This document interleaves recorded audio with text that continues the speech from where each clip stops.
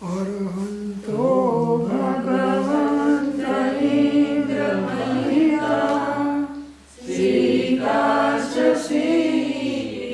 સ્થિતા આચાર્ય જીન શાસનોન્નતિ કરા પૂજ્યા ઉપાધ્યાયિકા શ્રી સિદ્ધાંત સુપાઠકા મુનિવરા રત્નત્રયારાધકા પંચૈર્વરમેષ્ટિનઃ પ્રતિદિનં કુર્વન્તુ મંગલં કુર્વન્તુ મંગલં. ઓમ. સ્વાધ્યાયમાં શ્રી ઇષ્ટોપદેશ શતશાસ્ત્ર એનો શ્લોક 19મો. યજ્જીવસ્યોપકારાય તદ્દેહાસ્ય અપકારમુકમ તદ્દેહાસ્યોપકારાય તજ્જીવસ્થાસ્યાપકારકમ. જીવસ્ય અપકારકમ. જે જીવને ઉપકારક છે તે દેહને અપકારક છે, અને જે દેહને ઉપકારક છે તે જીવને અપકારક છે.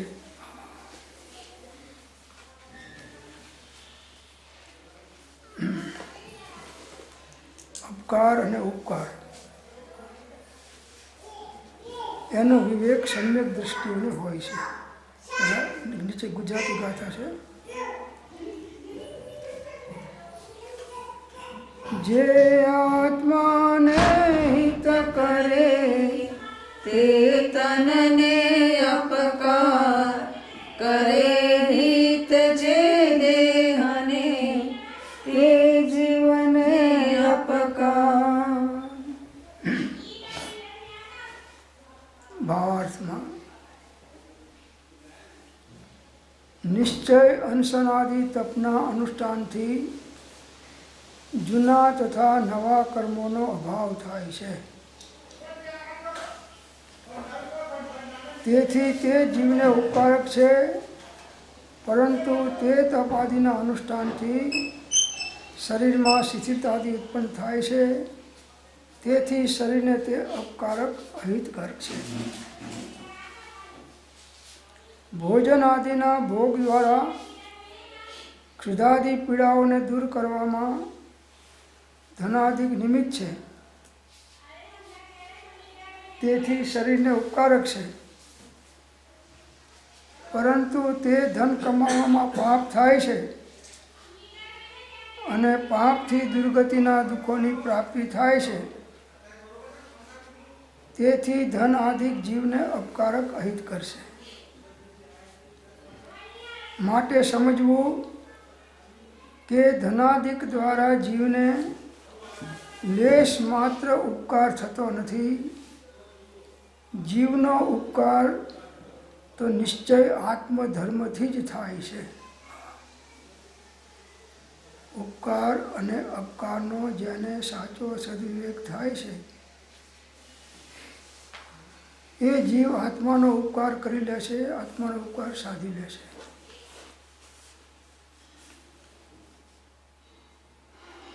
તો અનશનમાં આપણને, ઉપવાસમાં આપણને કષ્ટ લાગે છે.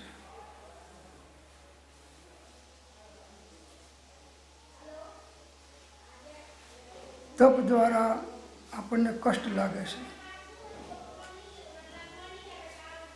ધ્યાન પણ તપ છે. તો ધ્યાન દ્વારા જે કર્મોની નિજરા થાય છે એ ઉપકાર છે. જેને સાચો વિવેક આવે છે તો એ તપની વિશેષ આરાધના કરે છે. તપસ્યા નિર્જરા ચ. તપ દ્વારા કર્મોની નિર્જરા થાય છે. અનશનાદિ.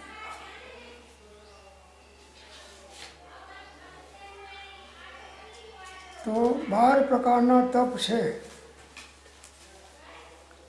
6 પ્રકારના બાહ્ય તપો છે અને 6 પ્રકારના અભ્યંતર તપો છે.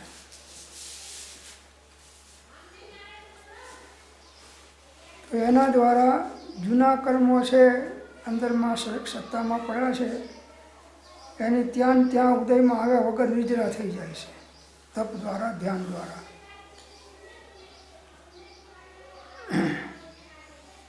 અને આત્મામાં ઉપયોગની એકાગ્રતા હોવાના કારણે નવા કર્મનો આશરો બંધ થતો નથી. એથી જીવને ઉપકારક છે.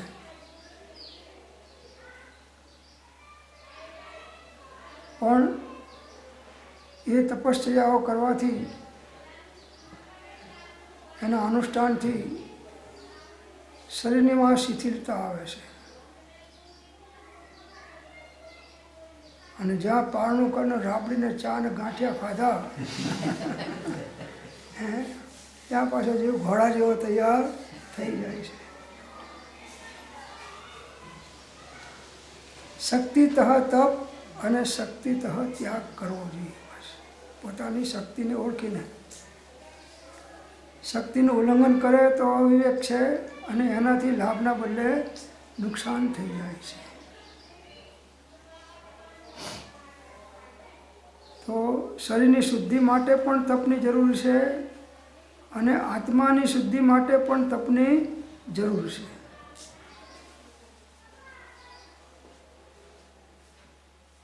તો ઉપવાસ કરવાથી ખાવા પીવાના, ચૂલા સળગાવવાના, ગેસ સળગાવવાના આરંભ પરિગ્રહો છૂટી જાય છે. અને 3 ટાઈમ તમે જમતા હોય તો 100 રૂપિયાનું બિલ આવતું હોય એ બચી જાય છે. બચી જાય છે.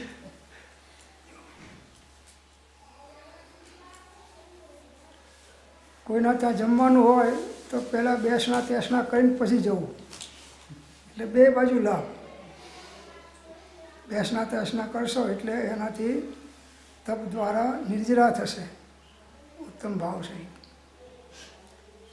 અને ભૂખ સારી લાગી હશે તો પેલા ત્યાં જમાશે તો પાછા 2-3 દિવસ કરીને જમવું નહીં પડે.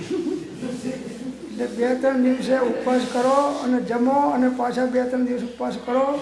તમને પારણા કરાવનારા ઘણા મળશે, ઉપવાસ કરાવનારા તો ખૂબ જ્ઞાનીઓ મળે છે.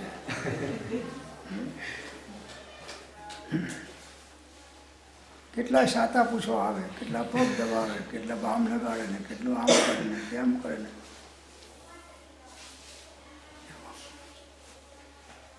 તો અજ્ઞાની જીવ દેહને ઉપકાર થાય એ પ્રકારે પ્રવર્તે છે અને જ્ઞાની જીવ આત્માને ઉપકાર થાય તે પ્રકારે પ્રવર્તે છે.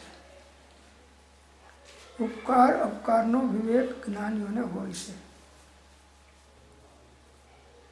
જીવને વિભાવ અપકારક છે અને સ્વભાવ ભાવ ઉપકારક છે.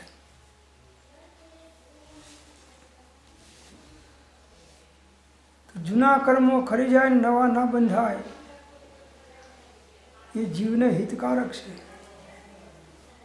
અને એ તપ દ્વારા, ધ્યાન દ્વારા, અભ્યંતર બાહ્ય તપો 12 પ્રકારના તપો કયા છે એના અનુષ્ઠાનથી થોડું શરીર શિથિલ થઈ જશે, પણ પ્રમાદ બધો તમારો નીકળી જશે. એટલે ખોરાક ના લો એ શરીરના માટે તો હિતકારી છે, અપકારક છે, પણ આત્મા માટે ઉપકારક થાય છે વિવેકી જીવને. ઘણા ઉપવાસ કરીને સૂઈ જાય આખો દિવસ કે પછી આજ મારે ખાવાનું નથી કે બનાવવાનું નથી, બસ આરામ કરો.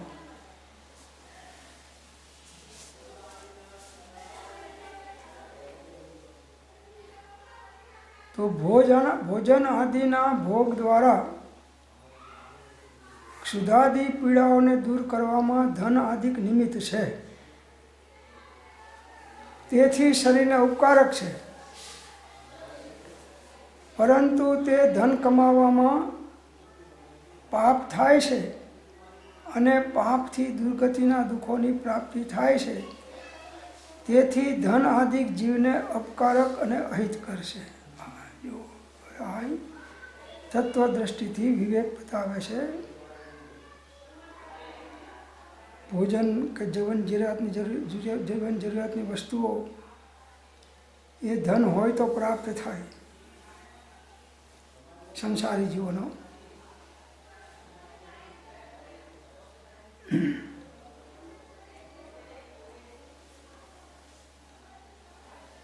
અને ધન ના હોય તો ભૂખે મરે છે જીવ. પછી ભાગ્ય હોય તો કંઈ ને કંઈ મળી જાય છે, ધન વગર પણ નથી મળતું એવું નથી. ચકાસણી કરવી હંમેશા. એક દિવસ નક્કી કરો કે મારે કોઈ જમવા બોલાવવા આવે તો જવું, નહીં તો ના જવું. હવે ઘરમાં કોઈ ના હોય તો કોણ બોલાવવા આવશે? મેં એક દિવસ એવો નક્કી કર્યું ઘણા વર્ષો પહેલાં. કાંઈ હું ઘરે જમવા જતો, કાં તો ઘરેથી ટિફિન આવી જતું. પછી આજ નક્કી કર્યું કે ફોન કરવો નથી અને કોઈ અહીં આવીને જમાડી જાય તો જમવું, નહીં તો ઉપવાસ. અને એ દિવસે વરસાદ ખૂબ પડ્યો એટલે નજીકમાં રહેતા સંબંધીને થયું કે આજ ગોકુળભાઈને ટિફિન નહીં આવે કે. એટલે કે આપણે આજ ગમે એમ કહીને એમને ટિફિન પહોંચાડી. એટલે છત્રીઓ લઈ ભોજન લઈ અને 1 વાગે આવ્યા. 1 વાગ્યા સુધી ઉપવાસ રહ્યો અને આવ્યા ત્યારે પારણા થયા. એવું તો ખાવું એ આત્માનો સ્વભાવ નથી, જમવું એ આત્માનો સ્વભાવ નથી. આત્મા તો અનાહારી છે. આત્માના ભાવમાં રહેવાય. ઉપવાસ, આત્માની સમીપમાં વાસ થાય એનું નામ ઉપવાસ છે. એ દિવસે આળસ પ્રમાણ વધે જાય અથવા આરંભ પરિગ્રહના કાર્યો વધારે કે આજ જમવાનું નથી, કે આખો દિવસ દુકાને જ બેસીશ કે.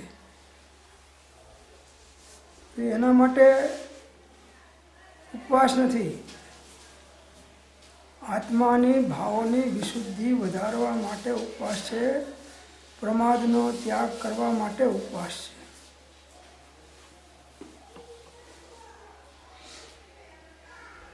દરેક કાર્યની અંદરમાં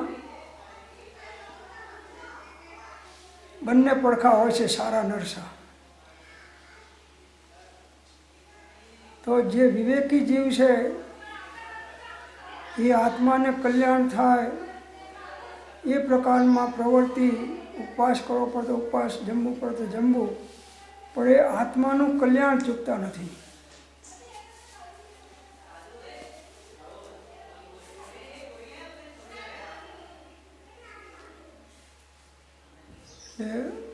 દક્ષિણા સંતે કીધું કે પહેલાં પેટોબા ને પછી વિઠોબા. પહેલાં પેટોબા ને પછી વિઠોબા. પણ વિવેકપૂર્વક હોવું જોઈએ.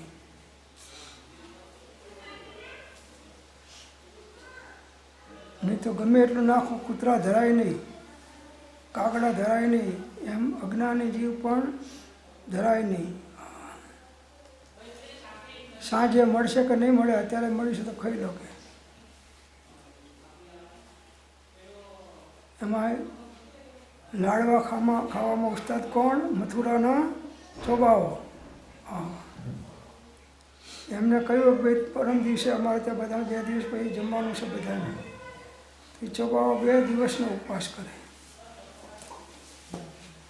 પછી જાય એટલે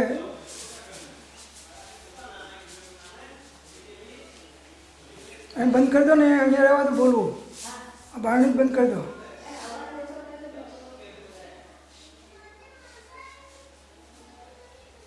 એ તો બધા નવા આવતા જશે. બારણું બંધ રાખો ને હાથ ખોલી નાખો. ન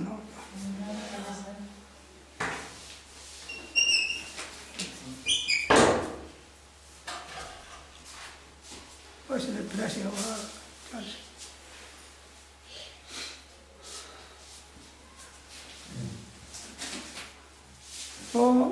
ચોબાઓને આમંત્રણ 3 દિવસના ઉપવાસ કરી અઠ્ઠમ અને પછી જાય. ઘણી આઈટમો બનાવી હોય, ભજીયા હોય, શાક હોય, 2 કચુંબરો હોય, બીજું ચટણીઓ હોય, બધું ઘણું હોય, પૂરીઓ હોય.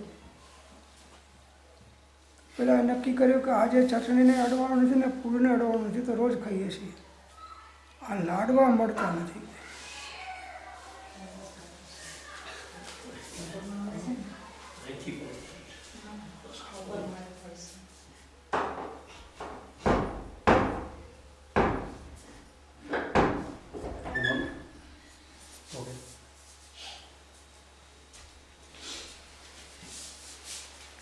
તો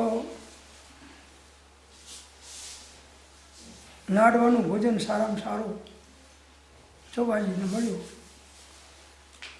તો નક્કી કર્યું કે આજ દાળે પીવી નથી અને ભાતે ખાવા નથી અને શાકે અડવું નથી, એટલા લાડવા જ ખાવ કે. તો ચોબાજી એક ચોબો 5-5, 10-10 લાડવા ખાઈ જાય એવા. તો પેટ ભરીને પહેલાં લાડવા ખાધા.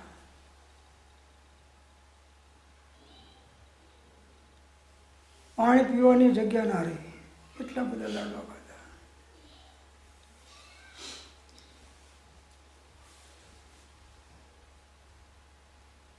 આ ધન કમાવામાં પાપ છે. ધનની પાછળ કેવા પાપો થાય છે, કેવો જીવ વિવેક ચૂકી જાય છે, એની વાત ચાલે છે. તો પછી જમાડનારા જે હતા એને કહ્યું કે હવે તમે 1-1 લાડો વધારે ખાશો તો 1-1 સોનામોર આપીશ. એક લાડો વધારે ખાશો તો 1 સોનામોર આપીશ. પેલા ચોબાઈને કહ્યું કે આજ પાણી નથી પીવું, પાણી તો ઘેર જઈને મળવાનું જ છે. 1 લાડવામાં સોનામોર મળતી તો લઈ લો. તો એને 1 સોનામોરના કારણે 1 લાડવો વધારે ખાધો. પછી કહે કે હવે બીજો ખાવ તો 2 સોનામોર આપો. કે હવે આ તૃષ્ણારો જીવ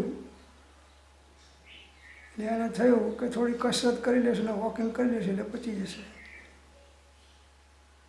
પાણી નહીં પીવા તો વાંધો નહીં, પણ લાડવો ખાઈ લો. કે આવી સોનામોર ક્યાં મળવાની છે? બીજી 2 સોનામોર.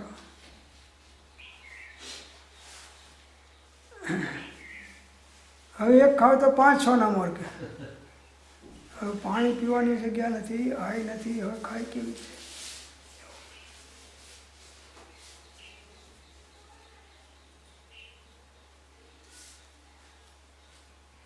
તો આ લોભના કારણે પાપનો બાપ લોભ છે. તો પેલો કે મારા હાથે લાડવો થોડો ખાવ અડધો, તો 5 સોનામોરો બીજી. તો કે કંઈ વાંધો નહીં, અડધો મોઢામાં રાખશો, ઘરે જતાં જતાં ચાવતા ચાવતા જશું, પચાવી દીધું, ખાઈ લો. તો સોનામોરની લોભે મોઢું ફાડ્યું અને પેલા લાડવો અડધો અંદરમાં મૂકીને 1 તમાચો જોરથી માર્યો. ક્યાં કરતે હો? તો કે આ પાપનો બાપ લોભ છે. લોભી જીવ ગમે તેવા પાપ કરીને પણ રાજી થાય છે, આનંદ માને છે. તો ધન કમાવામાં પાપ છે, બધા જાણે છે. અને આ ભોજનાદિ સામગ્રી ક્ષુધા અને પીડાઓને દૂર કરવા માટે એમાં ધન તો નિમિત્ત છે.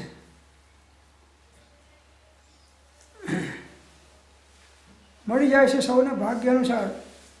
અજગર કરે ન ચાકરી, પંછી કરે ન કામ, દાસ મલુકા ક્યાં ગયા, સબકા દાતા રામ. કીડીને કણ અને હાથીને મણ મળી જાય છે.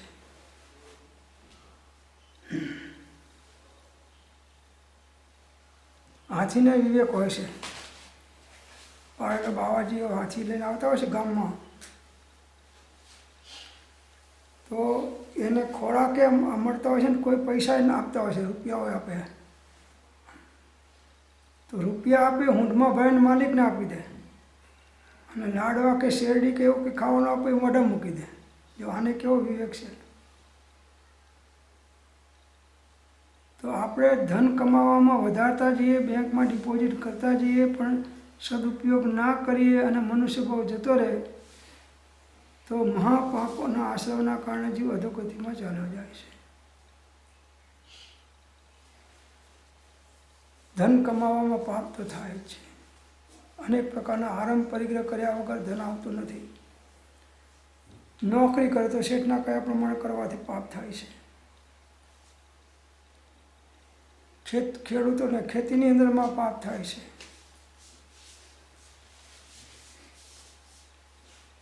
તો ભોજન ભૂખ લાગી છે તો એ ભૂખોને પીડાઓને દૂર કરવા માટે ધન આદિક નિમિત્ત છે. રોજ તો કોઈ જમવાના આમંત્રણ આપવાના નથી. ઘરનું આપણે ઘર બનાવીને ખાવું તો પડશે જ.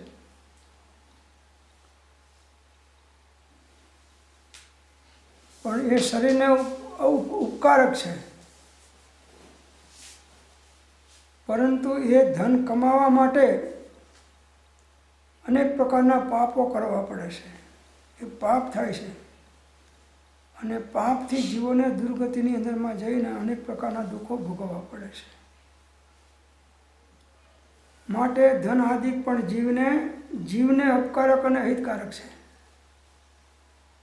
પેલું શરીરને ઉપકારક છે શુદ્ધ ભોજન, અને આ ખાવાની વાસના આહાર સંજ્ઞા એ પાપ સંજ્ઞા છે. આહાર સંજ્ઞા, ભય સંજ્ઞા, મૈથુન સંજ્ઞા અને પરિગ્રહ સંજ્ઞા, આ ચારે પાપ સંજ્ઞાઓ છે.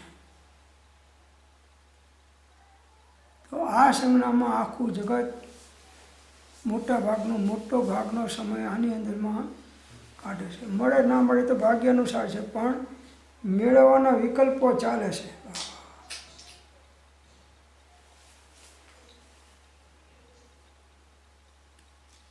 અને સત્સંગ જોડે મતલબ નથી.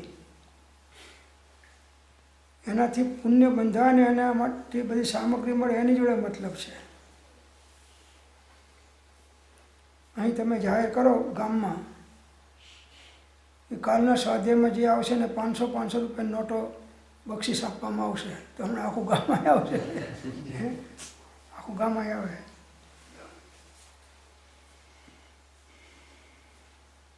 તો ધનથી ઉપકાર થાય કે ના થાય? લેશ માત્ર આત્માના ઉપકાર પૈસાથી ના થાય. લક્ષ્મી અને અધિકાર વધતા શું વધ્યું તે તો કહો, શું કુટુંબ કે પરિવારથી વધવાપણું એ નહીં ગ્રહો, વધવાપણું સંસારનું નરદેહને હારી જવો એનો વિચાર નહીં હો, એક પણ તમને હો.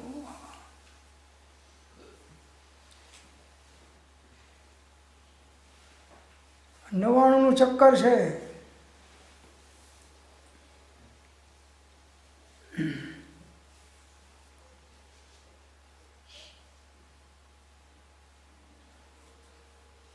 એક માણસ બહુ ધર્મ કરતો,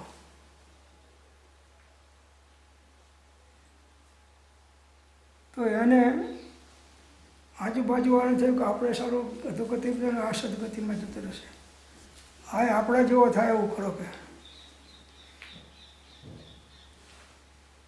એટલે રાતના 2 વાગે 99 રૂપિયા ચાંદીના એના ઘરના આંગણામાં મૂક્યા. જોખમ લીધું મોટું, 99 રૂપિયા. અને પેલો સવારમાં જેવો લોટો લેવા બહાર નીકળ્યો અને પગ પેલી પૈસા સાથે અથડાણો, રૂપિયાઓ સાથે, એટલે આમ ખણણ કરતો અવાજ આવે ને આમ બેડી ગયા. અને લાઇટ કરીને જોયું, ઓહો, કાં તો ચાંદીના રૂપિયાઓ છે. હે ભગવાન, તમે ઘણી કૃપા કરી. મેં કંઈ તમને પ્રાર્થના નથી કરી, તમે મારા ઘરમાં ઢગલો કરી ગયા કે બહાર. બધા વીણવા માંડી અને ભેગા કર્યા તો 99 થયા. ઓહો, પેલો મસ્તીથી સાધના કરતો હતો અને આત્માના હિતની અંદરમાં 24 કલાક ધ્યાન આદિ ભક્તિ દ્વારા, સ્વાધ્યાય દ્વારા લીન રહેતો હતો. હવે એને આ 99 થેલી હાથમાં આવી એટલે એને થયું કે હે ભગવાન, તમે આટલી બધી કૃપા કરી પણ 1 રૂપિયો ઓછો કેમ મૂક્યો, 100 કેમ ના મૂક્યા? કે કંઈ વાંધો નહીં, 1 રૂપિયો તો હું આજ કમાઈ લઈશ ગમે એમ કરીને. પછી 1 રૂપિયો કમાવા માટે એને મજૂરી કરવા માંડી. 100 થઈ ગયા. એનાથી આવી રીતે રોજ એક કમાઈએ તો મહિનાના 30 રૂપિયા થાય ને 12 મહિનાના 360 થાય. આ કાલ બધા ઘરમાં પ્રસંગો આવશે, કોઈ હાજા થયા, કોઈ માંદા થયા તો પૈસાની તો જરૂર પડશે. આ તો બધા એમાં જતા રહેશે. માટે હવે કંઈક મહેનત કરીને પણ રોજનો 1 રૂપિયો બચાવવાનું રાખો. એનો મજૂરી કરે અને જે આવે એમાંથી 1 રૂપિયો બચાવે ને બાકીનો ખર્ચો જાય. પછી એને થયું કે ઓહો, રોજ 1 બચાવે છે તો 360 દિવસે 360 રૂપિયા થાય. આપણે તો મહિને 1000 રૂપિયા બચે એવું કરો. બસ આ તૃષ્ણા બચાવવાની વધતી ગઈ.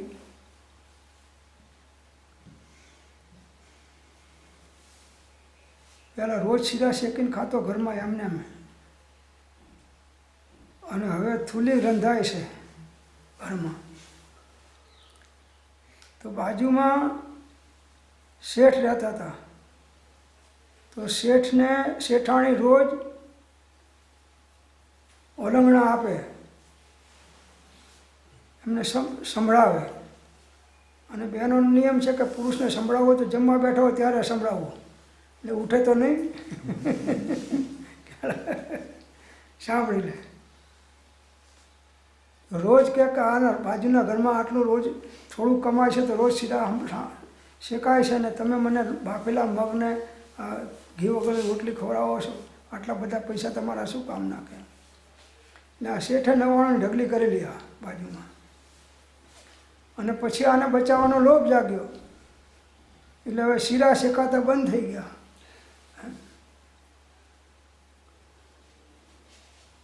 તો શેઠાણીને શેઠ કહે છે કે હવે કંઈક સુગંધ આવે કે નથી આવતી? કે ના, હમણાં જ નથી આવતી. કે તો તપાસ તો કરો કે શું છે બધું.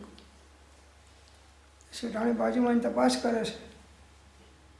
એના ઘરવાળાને પૂછે છે કે આ કેમ આમ છે? તો કે જ્યારથી આ 99 ઢગલી થઈ ત્યારથી 99ના ચક્કરમાં પડ્યા છે કે આ બચાવવામાં. એટલે મોટો ભાગ બચતમાં કાઢે છે. સામાન્ય ભૂખ જાય એવું સામાન્ય ભોજન સાદા કરીએ છીએ. કે પહેલાં રોજ સીધા શેકાતા બંધ થઈ ગયા.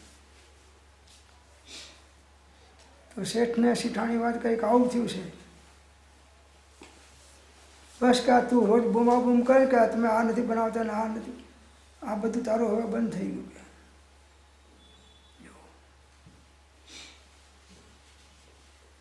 તો ધન કમાવામાં પાપ છે.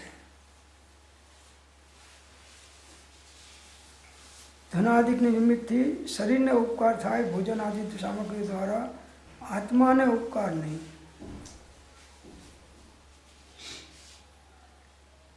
અને ધન પાપ વગર આવતું નથી.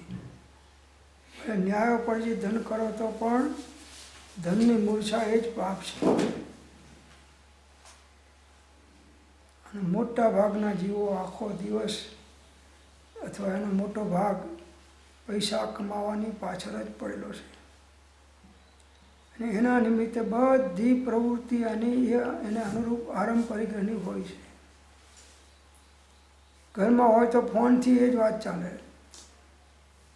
ઓફિસમાં કે ધંધામાં દુકાનમાં જાય તો એ જ વાત ચાલે. બસ આપણું નિરીક્ષણ કરો કે આપણે 24 કલાકમાં કેટલા પ્રકારના, 8 કલાક તો ફિક્સ ડિપોઝિટ છે ઊંઘની, 6, 7, 8 કલાક જે હોય તે. બાકીના 15-16 કલાક જે બચે એની અંદરમાં આપણો કેટલો સમય આત્મ ધ્યાનમાં જાય છે અને કેટલો સમય આરંભ પરિગ્રહ વિષય કશાય અને લૌકિક કાર્યને વ્યવહારોમાં જાય છે. જો આનું નિરીક્ષણ કરીએ તો ખ્યાલ આવે કે આ મનુષ્ય ભાવ મળેલો નિષ્ફળ જાય એવું છે અને કાળ જતું રહેવાનું છે. તમે અહીં પરાઠી વાળીને બેઠા છો શાંતિથી, હું બેઠો છું, પણ આપણે બધાને જ્ઞાન છે કે અહીંથી થોડા દિવસમાં ખાલી કરીને જતું રહેવાનું છે. એટલે અહીં આપણને રાગ ના થાય, મોહ ના થાય. સારામાં સારું ખાઈએ, એકલા રૂમો મળી, પલંગ મળ્યા, બધું મળ્યું, પણ રાગ મોહ નહીં થાય. તમારા ઘરે તૂટેલો ખાટલો છે તેમાં મોહ થશે, અને સોનાનો પલંગ હોય તો મોહ નહીં થાય. કેમ? એમાં અહમ મમત્વપણું છે, આમાં અહમ મમત્વપણું નથી. તો જેમાં જેમાં પરદ્રવ્ય કે પરભાવમાં અહમ મમત્વપણું થાય છે એ જીવ બંધાય છે. અને નિર્મમ મોહ જેને છૂટી ગયો છે, મમતા નથી, એ બંધાતો નથી. મમ અને ન મમ, 2 અક્ષરમાં બંધ અને 3 અક્ષરમાં મોક્ષ. મારું, આત્મા સિવાય કોઈ પણ મારું છે, મારાપણાનો ભાવ કર્યા એ બંધાવાનો. અને ન મમ, મારો આત્મા સિવાય મારું કોઈ નથી. બસ આ 3 અક્ષરમાં મુક્તિ છે.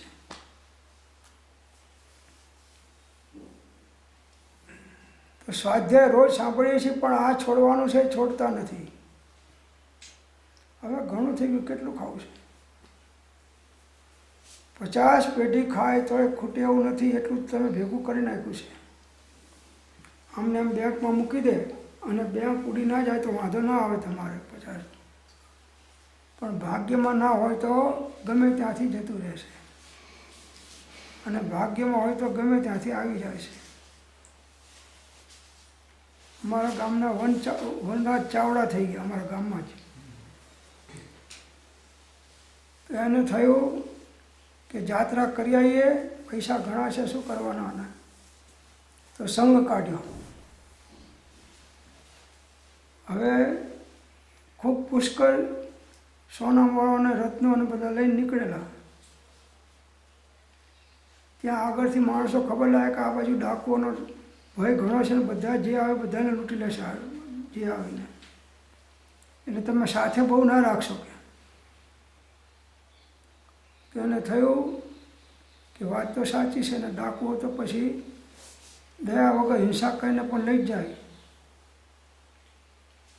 એનાથી તારે સાથે લઈ જઈને કરતાં વળતા પછી લઈ લેશો, ત્યાં દાટી દો અને જતી વખતે પાછી જતી વખતે લઈ જશો. પુણ્યશાળી જીવો હતા, તો જ્યાં દાટવા માટે એક ઝાડની નીચે ખાડો ખોદ્યો તો ત્યાંથી પાછું બીજું નીકળ્યું ધન, ત્યાંથી ધન બીજું નીકળ્યું. ઓહો, પુણ્ય ઉદય તો અહીંથી આવ્યું. હવે શું કરવું? તો કે હવે એક જ કામ કરો કે દાટેલાને દાટો રહેવા દો ને, આપણું છે દાટો દો, જાત્રા કરીને આવી પછી આનાથી એક સારામાં સારું સત્કાર્ય કરીએ કે ભગવાન જે સુજાડે તે. તો જાત્રા કરીને આવ્યા પછી એને ભાવ થયો કે આ પરમાત્માની કૃપાથી મારા પુણ્ય ઉદયથી આ બધું મળ્યું છે, અને હું તો 2 રોટલીએ ખાઈ શકતો નથી. શેઠને તકલીફ થઈ જાય શરીરમાં તો ડૉક્ટર કહે કે ભાઈ ઘી વગરની રોટલી ખાજો ને, તે અડધી, આખી તો નહીં. પેલા નોકરો રાજી થાય કે હાશ કે આ રોટલીઓ કરી છે, આજ ઘીવાળી આપણને ખાવા મળશે કે શેઠને તો લુખા ટુકડા જશે. પેલા પેટ ભરીને ખાય અને ડૉક્ટરને આશીર્વાદ આપે કે સાહેબ તમે કાયમ આમનું આજ નિદાન કરજો અને એમને ખાવાનું ના પાડજો, અને આ બાફેલા સિંગ ચણા ખાય બસ.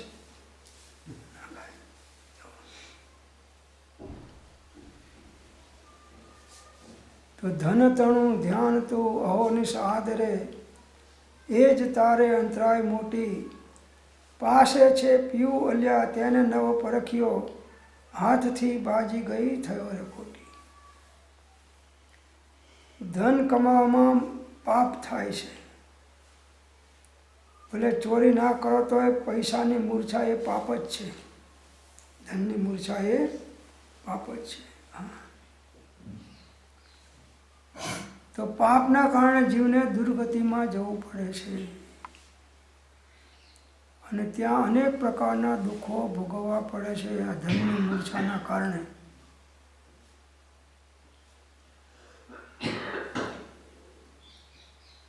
બધા અત્યારે જે ટોપ 10માં ધનિકો આવે છે, ટોપ 10માં વિશ્વના ધનિકો જે આવતા હોય તેમને કેટલા આરંભ પરિગ્રહ હોય ત્યારે ધનિક થયા હોય ને, એમને એમ તો ના થયા હોય. હવે આ ભાવ પછી આ બધાને જોશો તો બધા ક્યાં હશે? નરકમાં. રાજેશરી તે નરકેશરી. એક ભાવના થોડા સુખ પાછળ અનંત ભાવનું અનંત દુઃખ અજ્ઞાની જીવો વધારી નાખે છે. એક ભાવના થોડા સુખ પાછળ અનંત ભાવનું અનંત દુઃખ અજ્ઞાની જીવો વધારી નાખે છે. બસ ભાઈ મળી જશે, તમારા ભાગ્ય હશે તો ગમે ત્યાં જશો તો તમને મળી જશે. જે મળવાનું હશે બધું મળી જશે. અને છતાંય જ્ઞાનીઓ મળે છે એનો ત્યાગ કરી અને આત્માનું હિત સાધી લેશે તપ દ્વારા, ઉપવાસ દ્વારા.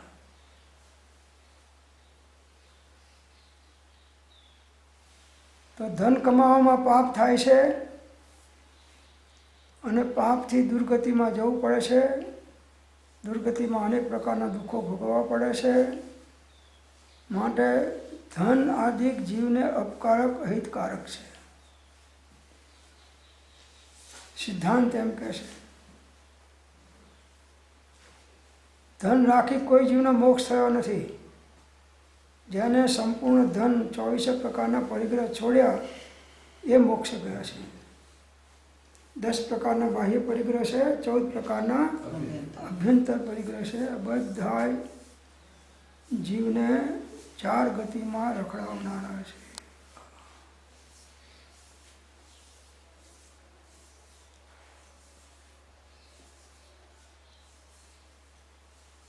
સંસારમાં છીએ એટલે થોડું ધનની જરૂર પડે છે, નથી પડતી એકાંત નથી.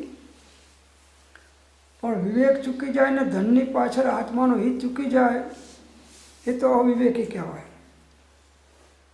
કોઈ પણ કાર્યની પાછળ પડી અને આત્માનું હિત ચૂકી જાય બધા અવિવેક છે. પછી ફરજ કહો કે ઉદય કહો કે નિમિત્ત કહો કે જે કોઈ કહો, પણ તમે આત્માનું હિત ચૂકી ગયા તો પરિણામે બંધ છે અને પરિણામે મોક્ષ છે.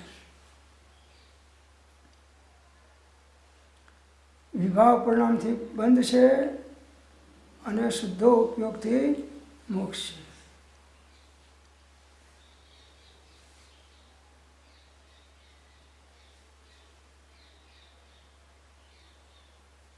મોટા મોટા સાધુઓ આચાર્યો જુઓ, કોઈ રાખતા નથી. શ્વેતાંબરવાળા હજી વાસ્કેપ રાખે ને, દિગંબરના હોય તો વાસ્કેપ નથી રાખતા કે આશીર્વાદ આપે. તોય મોટા મોટા વિશ્વના ધનવાનો એમની પાસે જઈને નમસ્કાર કરીને આશીર્વાદ માગે છે.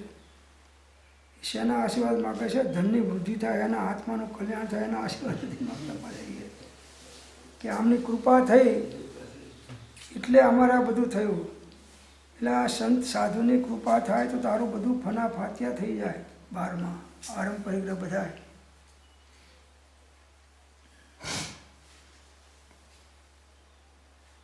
તો ધન આદિક દ્વારા જીવને લેશ માત્ર પણ ઉપકાર થતો નથી.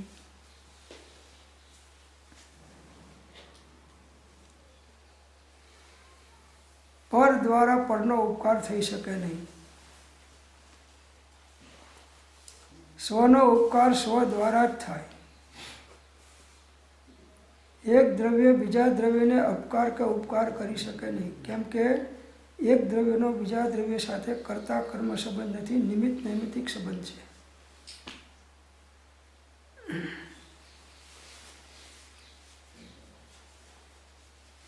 તો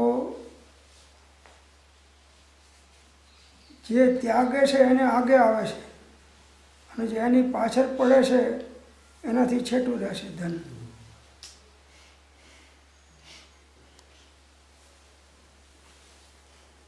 ધન દ્વારા ઉપકાર થાય છે કે કોઈ પરના દ્વારા પરને ઉપકાર થાય છે એમ માનવું એ અજ્ઞાન છે. કોઈ પર બીજા પરના ઉપર ઉપકાર કે અપકાર કરી શકતું નથી.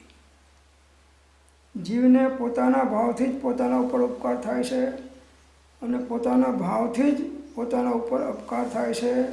કેમ કે જીવ ભાવાત્મક પદાર્થ છે. જીવ કેવો છે? ભાવાત્મક પદાર્થ છે. તો તમે ભાવમાં ગમે તે ભાવમાં રહી શકવાના છો. જાગૃતિ હશે તો સારા ભાવમાં રહેશો, શુભ ભાવમાં રહેશો, અને એથી વધારે જાગૃતિ તો શુદ્ધ ઉપયોગમાં રહેશો. અને જાગૃતિ નહીં હોય, વિવેક નહીં હોય તો અશુભ ભાવમાં તમે આરંભ પરિગ્રહ વિષય કસાય અને લૌકિક કાર્યોની અંદરમાં તમારો સમય વેડફાઈ જશે. સાહેબ એટલી બધી ગ્રાહકી છે ને કે ઓફિસમાં ટિફિન આવે છે પણ ટિફિને ખોલવાનો સાહેબ અમારે ટાઈમ નથી રહેતો. હવે આને સુખી કહેવો કે દુઃખી કહેવો?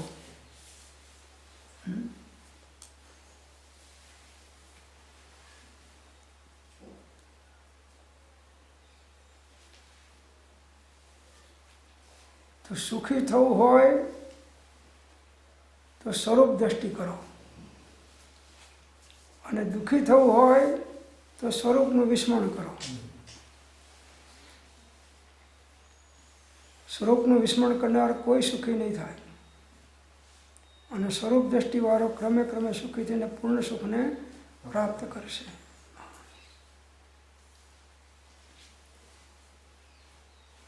જીવ અનુકૂળતાને સુખ માને છે,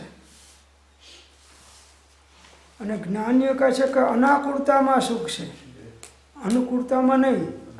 શેમાં છે? અનાકૂળતામાં. આકૂળતા વ્યાકૂળતા ના થાય, શુભાશુભ ભાવોના સંકલ્પ વિકલ્પો ના થાય, અને શુદ્ધોપયોગમાં ઉપયોગ રહે તો એને સાચું સુખ છે. કેમ કે સુખ આત્માનો ગુણ છે, આનંદ એ આત્માનો ગુણ છે, એ અન્યનો ગુણ નથી કે બીજું કાર્ય કરીને આપણને સુખ મળી જાય. કોઈ પણ જીવનો આત્માનો ઉપયોગ આત્માકાર ના થાય એ જીવ સાચો સુખી થઈ શકે નહીં. હે જીવ, તું ભ્રમામાં, તને હિત કહું છું, સુખ અંતરમાં છે, બહાર શોધવાથી મળશે નહીં. અંતરનું સુખ અંતરની સમસરણીમાં છે, તે પ્રગટ થવા માટે આ જગતના બાહ્ય પદાર્થોનો આશ્રય. વારંવાર સત્સંગ સાંભળશું ત્યારે આ દ્રઢતા આવશે. નહીં તો આવો હજારો સત્સંગ આ જીવ ચાવી ગયો, કંઈ ફેર પડ્યો નથી.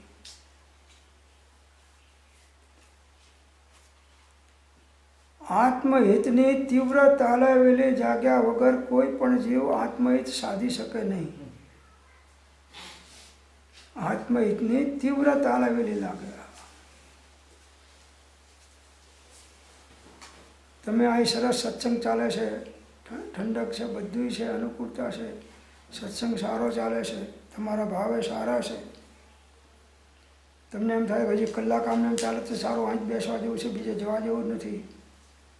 પણ ત્યાં બેઠા બેઠા પેટમાં ગરબડ થઈ અને બેકી લાગી તો કરોડો સત્સંગ ગમે તીર્થંકરના ચાલતા તો મૂકીને પહેલાં તમે એ કામ તો લાગી છે તેને જ લાગે છે, અને લાગે છે ત્યારે જ છૂટકો થાય છે, અને જેને લાગી છે એના સંગમાં જ લાગે છે.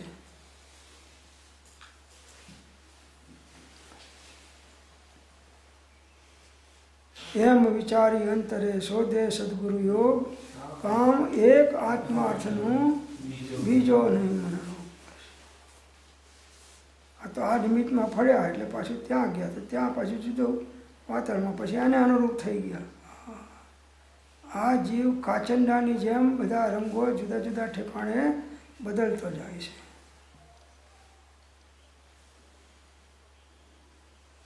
દ્રઢ નિર્ણય થવો જોઈએ કે સુખ આત્મામાં છે અને હું આત્મા છું. બસ આટલું ન તો ગમે ત્યારે જીવ ઘર ભેગો થશે. આ દ્રઢ નિર્ણય હશે તો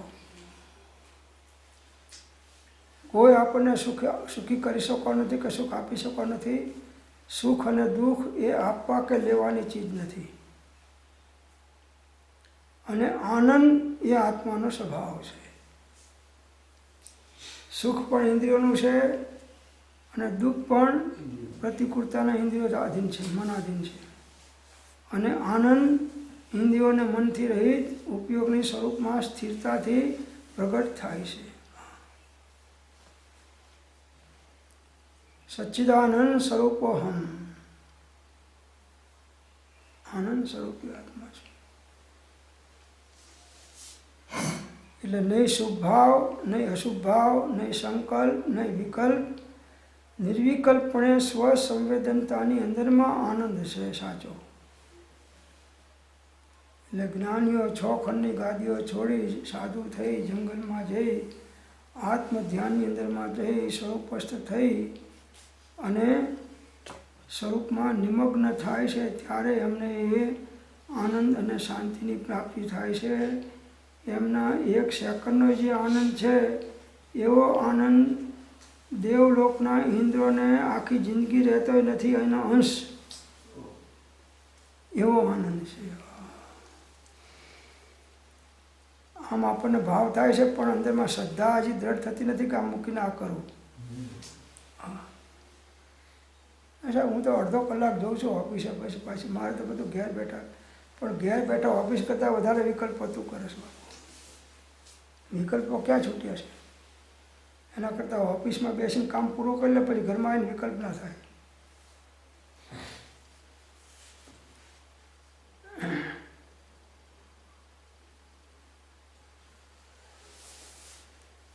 શતાવધાની નથી કે એક સાથે 100 અવધાન કરી શકે, અને શતાવધાની એક સમયમાં 100 અવધાન નથી કરતો. 100 અવધાનમાં દરેક સમય જુદા જુદા હોય છે,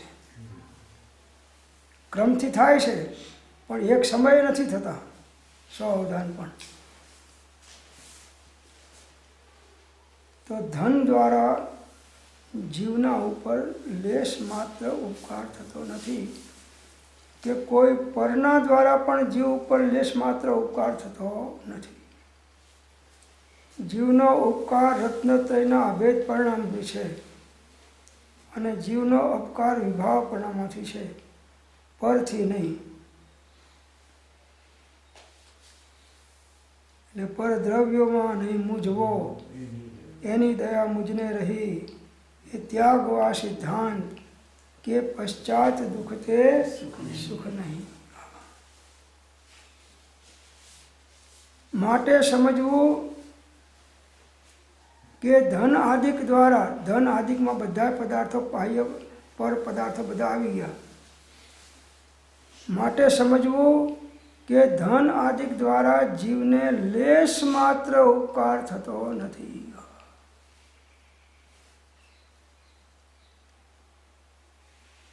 ઉપકાર થાય છે એના વિકલ્પોથી, ઉપકાર તો થતો નથી. ઉપકાર તો સમ્યક દર્શન જ્ઞાન ચારિત્રમય ભાવો દ્વારા જ થાય. બીજા વિભાવો કોઈ પણ પ્રકારના હોય, શુભ ભાવ દ્વારા પણ ઉપકાર નથી અને અશુભ ભાવ દ્વારા પણ ઉપકાર નથી. અને પૈસાનો ભાવ તો અશુભ ભાવ છે. આહાર સંજ્ઞા, ભય સંજ્ઞા, મૈથુન સંજ્ઞા અને પરિગ્રહ સંજ્ઞા, આ 4 સંજ્ઞાઓ પાપમય છે. વિચારો શાંતિ.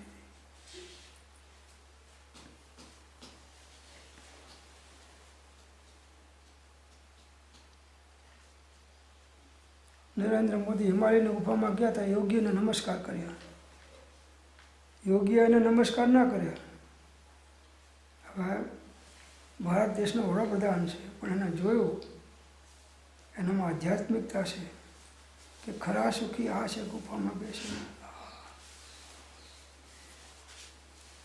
ભલે અમે સ્પેશિયલ પ્લેનમાં ઉડીએ છીએ 4 બાજુ વિશ્વમાં, પણ સુખી નથી. ભાવદેવ કહ્યું કે લાવ જોવું તો ખરું કોણ કોણ સુખી છે. એમ થયું કે બધામાં સુખીમાં સુખી ચક્રવર્તી રાજાઓ છે, કેમ કે આના જેવું બાહ્ય સુખ કોઈની પાસે નથી. તો પછી નેપથ્યમાંથી અવાજ આવે છે કે તમે એને સુખી માનો છો, પણ એ મહાદુઃખી છે, એના અંતરંગમાં પ્રવેશ કરીને જુઓ. તો ચક્રવર્તીના અંતરમાં પેસે છે, અંતરમાં પેસે છે. જોયું તો ઓહો બાપડો બહુ દુઃખી, બહુ દુઃખી, બહુ દુઃખી. કેમ? કે એની કાંકડામાં પીતી છે અને 6 ખંડનું રાજ એને ઓછું પડે છે. એને થયું કે અત્યાર સુધી ચક્રવર્તીઓ 6 ખંડના રાજા તો ઘણા થઈ ગયા, પણ 12 ખંડ કોઈએ સાધ્યા નથી. તો હું 12 ખંડ સાધું તો ચક્રવર્તીમાં નામાંકિત કહેવાઉં. અત્યારે તો આ જગ્યા ભીત ઉપર નામ લખાય છે, મારું નામ લખવાની જગ્યા નથી, પણ 12 ખંડનો ધણી થવું તો આ બધામાં અગ્રેસર હું કહેવાઉં. તો બીજા 6 ખંડ સાધવા નીકળે છે અને સમુદ્રમાં જહાજ ડૂબી જાય છે અને લશ્કર સહિત એ શુભમ ચક્રવર્તી મરી અને 7મી નરકમાં નારકી થાય છે. બહુત આરંભ પરિગતવાત્વા નરકાદિ ગતિષુ. જે જીવ વધારે પડતા આરંભ પરિક્રમા રહે છે એ નરક ગતિનો બંધ પાડી દે છે. રાજેશરી તે નરકેશરી એમ શ્રીમદે અહીં ઈડરમાં રાજને કહેલું. એમ શેઠેશ્વરી તે તિર્યંશરી, રાજેશ્વરી તે નરકેશ્વરી અને શેઠેશ્વરી તે તિર્યંશરી. કોઈ પરના દ્વારા પળ ઉપર ઉપકાર અપકાર થઈ શકે નહીં. સાહેબ મેં લાખ રૂપિયા વાપર્યા દાનમાં અને આ બધાને સુખી કર્યા, ખાવાનું મળ્યું છે. એટલે એમનો પુણ્ય ઉદય હતો તો તારા જેવો નોકરીને મળ્યા વગર રહે નહીં, તારા જેવા બધા કંઈક આવશે.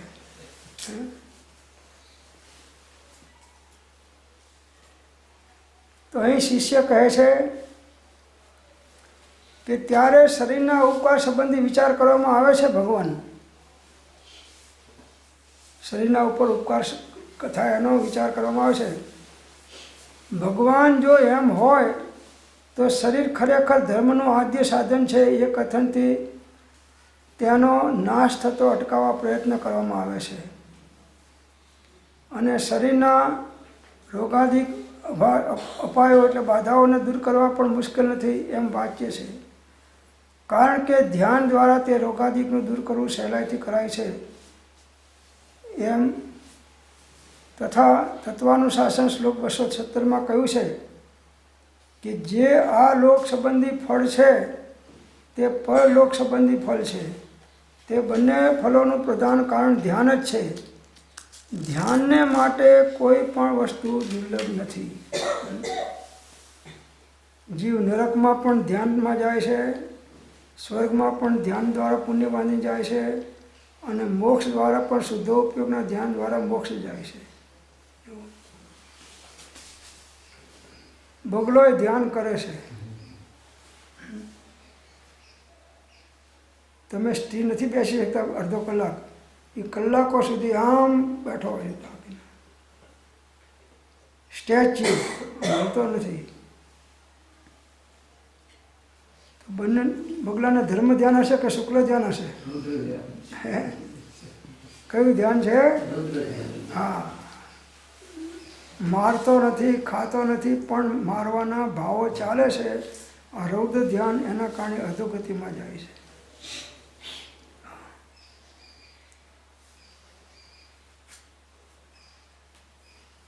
તો શુદ્ધો ઉપયોગની વૃદ્ધિ થાય. જ્ઞાન ધ્યાન વૈરાગ્યમય ઉત્તમ જહાં વિચાર, જે ભાવે શુભ ભાવના તે ઉતરે ભવપાર. ઉત્તમ ભાવ રાખો, ઉત્તમ જીવન જીવતા શીખો. બીજાના ગમે તે બનાવોથી અંદરમાં વિકલ્પો નહીં કરો. દરેક દ્રવ્યનું પરિણમન દરેક દ્રવ્યની તે સમયની યોગ્યતા અનુસાર થાય છે. એમાં ઇન્દ્ર, જિનેન્દ્ર, નરેન્દ્ર પણ ફેરફાર કરી શકતા નથી. કોઈ દ્રવ્ય બીજા દ્રવ્યમાં કંઈ પણ ફેરફાર કરી શકે નહીં. એનો હિત કે હિત કરી શકે નહીં. તમારું હિત કે હિત કોઈ બીજું દ્રવ્ય કરી શકે નહીં. તમારા પરિણામોથી જ તમારું હિત થાય છે, તમારા પરિણામોથી જ તમારું અહિત થાય છે. આટલું જો દ્રઢતા હશે તો તમે પરિણામોની શુદ્ધિની વૃદ્ધિ કરવાનો પ્રયત્ન કરશો.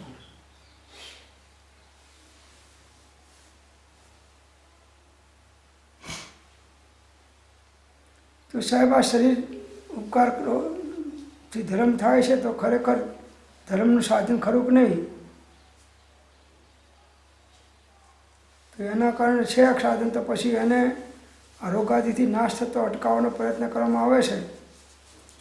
અને શરીરના રોગાદી અપાયો બાધાઓને દૂર કરવા પણ મુશ્કેલ નથી એમ વાચ્ય છે. એટલે શરીરના રોગો પણ આનાથી દૂર થાય છે. એનો પ્રયત્ન કરવો કે નહીં કરવો? નહીં. આત્મામાં ધ્યાન ઉપયોગ રાખો તો શરીરમાં ગમે એટલી વ્યાધિઓ હશે તમારા ઉપયોગમાં નહીં આવે તો એ તમને દુઃખકારક નહીં થાય. ગત સુખમાં ને માથે સગડી સળગાણી ત્યારે દુઃખ હતું કે આનંદ હતો? હા. અને તમારે સગડી નથી તો એ આનંદ છે કે દુઃખ છે? વિચારો.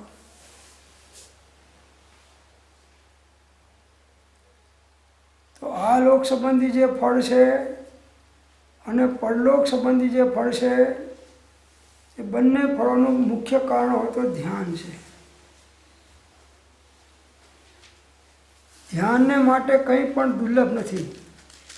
આર્ત ધ્યાન રૌદ્ર ધ્યાન થાય તો એને એવું ફળ મળે છે, અને ધર્મ ધ્યાન અને શુક્લ ધ્યાન થાય તો એને અનુરૂપ ફળ મળે છે. બગલોય પણ ધ્યાન કરે છે અને રત્નત્રય મુનિ પણ ધ્યાન કરે છે. બે એકાગ્ર છે. એકાગ્રતાનું નામ ધ્યાન છે. છતાં એકને મોક્ષ થાય છે, એકને અધોગતિ થાય છે. ધ્યાનમાં કંઈ પણ દુર્લભ નથી. એકાગ્રતા લાવો.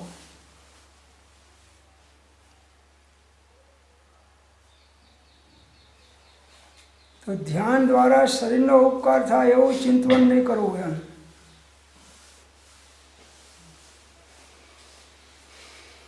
એક બાજુ દિવ્ય ચિંતામણી રૂપ હોય અને બીજી બાજુ ખોળનો ટુકડો હોય, પથ્થરનો ટુકડો હોય, અને ધ્યાન દ્વારા બંને મળતા હોય